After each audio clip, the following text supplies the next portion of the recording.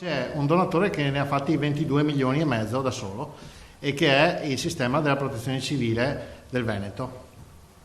Hanno iniziato misurando la temperatura negli aeroporti del Veneto, era il 31 gennaio, quando l'emergenza ancora non si chiamava pandemia.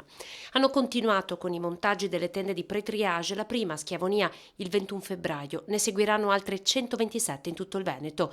Allora si rivelò una scelta vincente, quella di separare i percorsi, bloccare i contagiati Covid al di fuori degli ospedali.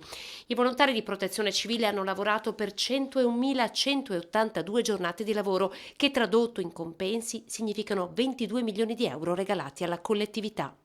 Cioè noi siamo operativi dal 31 gennaio, da quando il governo ha dichiarato lo stato di emergenza nazionale. Ogni mattina qui dentro, dal 31 gennaio, c'è il collegamento con il Comitato Operativo Nazionale, ininterrottamente, sabati, domeniche comprese.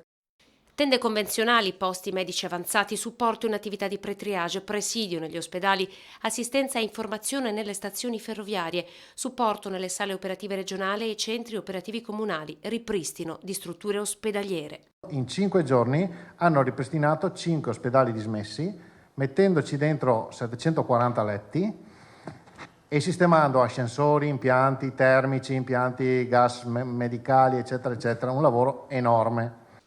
498 organizzazioni di protezione civile in tutto il Veneto, dalla Croce Rossa all'Associazione Nazionale Alpini fino ai gruppi comunali, un grande esercito di pace che vanta 8.848 volontari.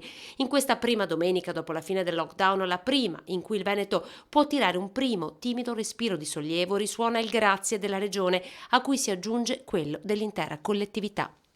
Penso che anche in questo caso abbiano dato un riscontro assolutamente eccezionale, non posso che ringraziarli.